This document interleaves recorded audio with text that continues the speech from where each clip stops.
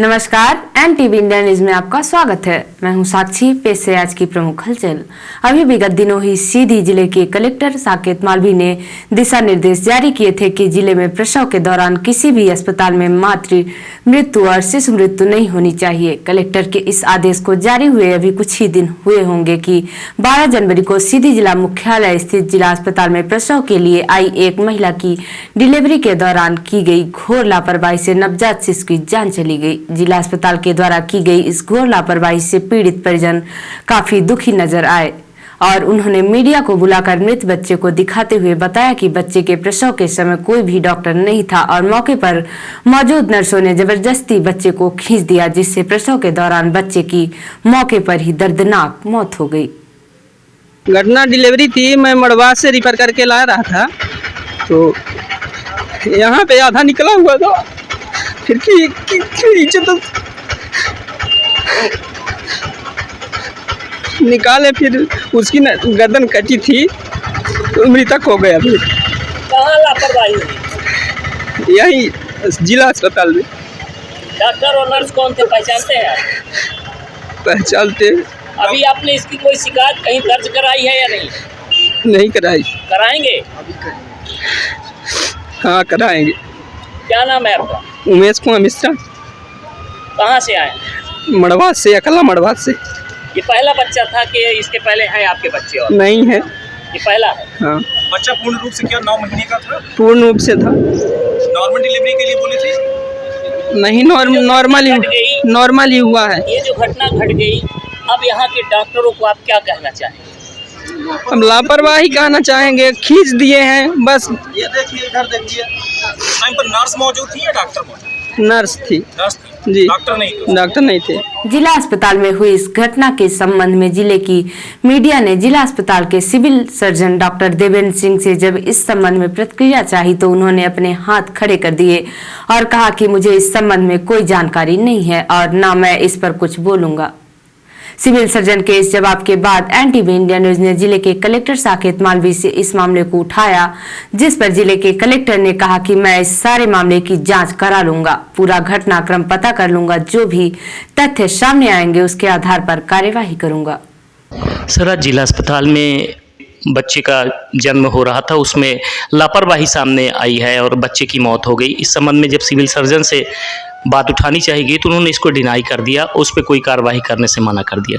Sir, ये मामला आपके संज्ञान में ला रहे हैं, इस पर क्या कार्रवाई होगी, जबकि आपके पूर्व में आदेश है कि कोई लापरवाही नहीं होनी चाहिए? इसमें हम पूरा जो किस स्थिति में इसकी मृत्यु हुई, इसके लिए पूरे शासन के गाइडलाइन है कि हर वैसे जो भी मातृ मृत्यु होती है, शिशु मृत्यु होती है, तो उसके पूरे जो गाइडलाइन है कि क्या सीक्वेंस ऑफ इवेंट्स रहा था जिसके कारण हुई थी, और उसमें अगर किसी स्तर पे अगर लापरवाही पाई जाती है तो निश्चित रूप से हम इसमें आगे कार्रवाई के लिए बढ़ेंगे।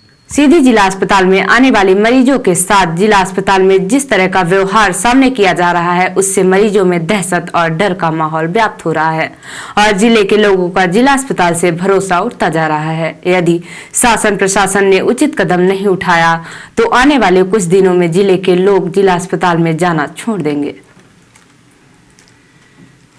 12 जनवरी को स्वामी विवेकानंद जी के जन्म दिवस युवा दिवस के उपलक्ष्य में सामूहिक सूर्य नमस्कार एवं प्राणायाम जिले के सभी स्कूल, कॉलेजों तथा शैक्षणिक संस्थानों में आयोजित किया गया। जिला मुख्यालय स्थित शासकीय उत्कृष्ट उच्चतर माध्यमिक विद्यालय क्रमांक 1 में आयोजित जिला स्तरीय सामूहिक सूर्य नमस्कार कार्यक्रम में जिला पंचायत अध्यक्ष मंजू सिंह, कलेक्टर साकेत मालवी, CEO जिला पंचायत राहुल धोटे, SDM गोपद बनास नीलेश शर्मा, समाज सेवी डॉक्टर राजेश मिश्रा, चंद्रमोहन गुप्ता सहित अन्य वरिष्ठ समाज सेवी अधिकारी, कर्मचारी, छात्र छात्राओं द्वारा सहभागिता की गई। कार्यक्रम में प्रदेश के मुख्यमंत्री श्री शिवराज सिंह चौहान का युवाओं के प्रति संदेश का प्रसारण किया गया। मुख्यमंत्री ने छात्र छात्राओं को स्वस्थ जीवन शैली अपनाने के लिए प्रेरित किया तथा उन्हें शारीरिक एवं मानसिक विकास के लिए सूर्य नमस्कार एवं प्राणायाम को अपनी दिनचर्या में शामिल करने का संदेश दिया। आने वाले 14 जनवरी को सीधी जिले में मकर संक्रांति का पर्व मनाया जाना है। विगत 2 वर्ष कोरोना की वजह से जिले में मेलों का आयोजन नहीं हो पाया था, लेकिन इस वर्ष स्थितियों के सामान्य होने की वजह से लोगों की उम्मीदें हैं कि इस बार मेला जरूर लगेगा। लेकिन अभी विगत पखवाड़े राज्य शासन द्वारा कोरोना को लेकर जारी की गई गाइडलाइन के चलते लोगों और व्यापारियों में इस बात का भय बैठ गया कि पिछले वर्षों की भांति इस वर्ष भी कोरोना की वजह से मेला नहीं लगेंगे और व्यापारिक तौर पर उन्हें काफी नुकसान उठाना पड़ेगा। इस समस्या को लेकर कई व्यापारियों ने NTV इंडिया न्यूज से संपर्क किया और वस्तु स्थिति का पता लगाने के लिए आग्रह किया, जिसके बाद NTV इंडिया न्यूज ने जिले के कलेक्टर से सीधी जिले में मकर संक्रांति से कई जगह लगने वाले मेले को लेकर खुलकर बातचीत की और उनसे व्यापारियों की समस्या बताई, जिस पर कलेक्टर साकेत मालवी ने कहा कि अभी तक शासन से ऐसी कोई गाइडलाइन नहीं आई है जिसमें इस बात का जिक्र हो कि मेले नहीं लगेंगे। यदि आने वाले दिनों में कोई गाइडलाइन नहीं आती तो स्थितियां सामान्य है, ऐसे में मेला पूर्व की तरह संचालित होगा। सर, सीधी जिले में सोन नदी तट पे 14 जनवरी से मेलों का आयोजन किया जाता है। पिछले 2 वर्षों में कोरोना की वजह से नहीं लगा था। इस बार पब्लिक के लिए अभी कोई नियम कायदे कानून नहीं आए हैं, तो क्या सर ये मेले अनवरत लगेंगे? कोई प्रतिबंध तो नहीं है, कोई ऐसा गाइडलाइन या दिशा निर्देश शासन से तो नहीं आए हैं? राज्य शासन के द्वारा कोविड के संक्रमण के बारे में एक एडवाइजरी जारी की गई थी लगभग 15-20 दिन, 1 महीने पूर्व, जिसमें एहतियात बरतने के निर्देश दिए गए थे। बट उस एडवाइजरी में अभी तक कोई प्रतिबंध लगाने जैसी अभी स्थिति की बात नहीं की गई थी। तो राज्य सरकार के अभी तक ऐसे कोई निर्देश नहीं है। अगर कुछ निर्देश प्राप्त होते हैं तो उसके बारे में सभी को पृथक से अवगत कराया जाएगा। वर्तमान में सिर्फ वही गाइडलाइन जो है वही लागू है जिसमें एहतियात बरतने के निर्देश थे। आनंद महोत्सव अंतर्गत उत्सवों का मेला 13 से 15 जनवरी 2023 तक सोन नदी के किनारे इंटेक बेल के पास ग्राम कुरबा में आयोजित किया जा रहा है। जिला स्तरीय आनंद मेले में एडवेंचर स्पोर्ट के तहत para selling, hot air balloon, bumper boat एवं जिप लाइन की गतिविधियां होंगी। मेले के लिए सभी तैयारियां पूर्ण हो गई हैं। टीम द्वारा सेटअप जमा कर ट्रायल रन पूर्ण कर लिया गया है। साथ ही अन्य मनोरंजन मेला गतिविधियां, भोजन के स्टॉल, स्थानीय उत्पाद की दुकान, पतंगबाजी तथा पर्यटन स्थलों का विवरण भी उपलब्ध रहेगा। 13 जनवरी से 15 जनवरी तक सीधी जिले के कुरबा में आयोजित आनंद महोत्सव उत्सव मेला के संबंध में NTV इंडिया न्यूज ने जिले के कलेक्टर साकेत मालवी से जानकारी चाही तो उन्होंने जानकारी देकर बताया कि इस मेले में लोगों को वाटर स्पोर्ट इवेंट, इसके अलावा देसी व्यंजनों के लुप्त भी मिलेंगे। इसके साथ ही जिले के कलेक्टर ने NTV इंडिया न्यूज के माध्यम से जिले के लोगों से इस मेले का आनंद उठाने की अपील की। सर, सीधी जिले में स्पोर्ट इवेंट का आयोजन किया जा रहा है, किस तरह का आयोजन है सर? शहर की जनता उसमें किस तरह से पार्टिसिपेट कर सकती है? कितने दिन चलेगा ये आनंद उत्सव? हमारा जो 14 तारीख से प्रस्तावित है शासन के निर्देशानुसार, उसके तहत विभिन्न जगहों पर विभिन्न गतिविधियां आयोजित की जाएंगी। चूँकि मकर संक्रांति भी 14 तारीख का त्यौहार रहता है और उसमें मेले और ये सब चीज़ों के मेले, झूले वगैरह लगने की परंपरा रही है, तो उसी के तत्वाधान में हमने यहाँ का जो जिले की जो पुरातत्व और पर्यटन परिषद है और स्थानीय निकायों को सम्मिलित करते हुए 1 दिन पूर्व से, ताकि 14 तारीख को लोग अच्छे तरीके से आनंद उत्सव में भी और मकर संक्रांति में भी अच्छे से पार्टिसिपेट करें, तो 13 तारीख से उसमें एक एडवेंचर स्पोर्ट एक्टिविटी और अन्य भी। सोन नदी का जो वो तट है वो काफ़ी अच्छा है, खूबसूरत है, प्राकृतिक दृश्य से भी भरपूर है।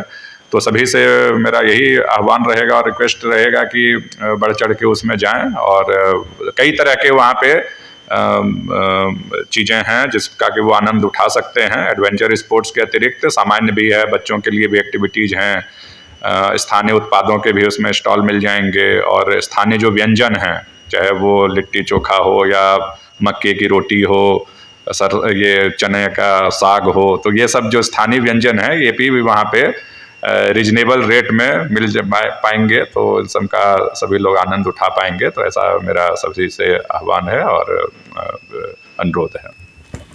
12 जनवरी को स्वामी विवेकानंद जी के जयंती के मौके पर हिंदू जागरण मंच सीधी द्वारा सीधी शहर के छत्रसाल स्टेडियम से भगवा यात्रा का आयोजन किया गया।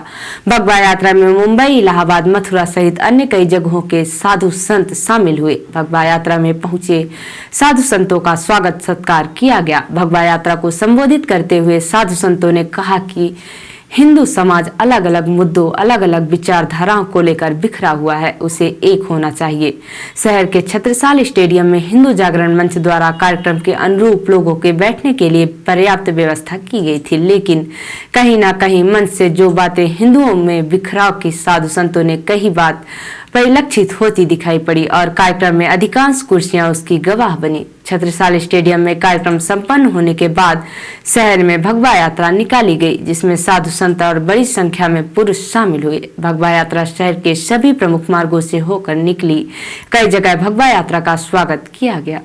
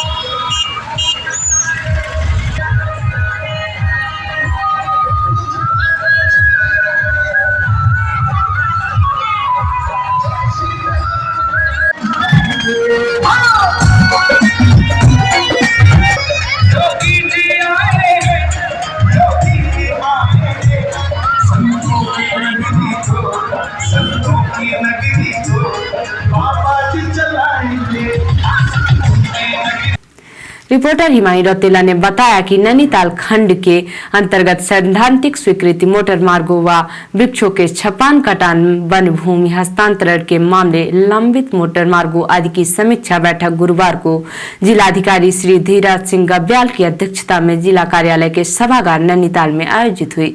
समीक्षा के दौरान श्री गब्याल ने संबंधित अधिकारियों से कार्य प्रगति की जानकारी लेते हुए संबंधित नोडल अधिकारियों को निर्देश दिए हैं कि जिन मोटर मार्गों पर सैद्धांतिक स्वीकृति प्राप्त हो गई है, उनमें जो भी कार्य किए जाने हैं उन्हें प्राथमिकता के आधार पर शीघ्र प्रारंभ करना सुनिश्चित करें। उन्होंने कहा कि जनपद एवं शासन स्तर पर किसी भी प्रकार की कार्यवाही अपूर्ण हो तो आपसी समन्वय बनाते हुए विभाग उसे समय पर पूर्ण करना सुनिश्चित करें। श्री गब्याल ने लोक निर्माण विभाग एवं वन विभाग के अधिकारियों को खंडवार निर्माणाधीन एवं लंबित मोटर मार्गों एवं सड़क निर्माण हेतु वन भूमि से जमीन के मामले हो तो उनकी सूची उपलब्ध कराने के भी निर्देश दिए। बैठक में संबंधित विभाग के अधिकारी मौजूद थे। और अब पेश है प्रादेशिक हलचल। सागर में बीजेपी नेता के भाई ने कार से एएसआई को अगवा किया। रफ ड्राइविंग पर कार पकड़ी तो उसी में डालकर ले गया। जबलपुर कमिश्नर ऑफिस में तैनात कर्मचारी 64,000 रुपए की रिश्वत लेते हुए पकड़ाया। खरगोन में पूर्व सीएमओ ने कार से 5 को रौदा। एक की मौत नशे में धुत थे मोहन सिंह अलावा सीएम ने मंच से निलंबित किया था। और 14 से 19 जनवरी तक कड़ाके की ठंड का अनुमान। शीतलहर से कांपेगा उत्तर भारत, -4 डिग्री तक जा सकता है तापमान। और अब पेश है राष्ट्रीय हलचल। कर्नाटक में पीएम की सुरक्षा में चूक। रोड शो के दौरान कार के करीब पहुंचा युवक मोदी को माला पहनाने की कोशिश की। जोशीमठ में होटल मलारी इन गिराने की कार्यवाही शुरू। बारिश और बर्फबारी से काम प्रभावित। अमित शाह ने ली हाई लेवल मीटिंग। एलएसी पर हालात स्थिर लेकिन कभी भी बदल सकते हैं। आर्मी चीफ बोले चीन के साथ 7 गंभीर मसलों में से 5 का हल निकला। और रामचरितमानस से नफरत वाले बयान पर कायम बिहार के मंत्री। जीप काटने पर 10 करोड़ का इनाम। तो यह थी आज की प्रमुख हलचल। नमस्कार।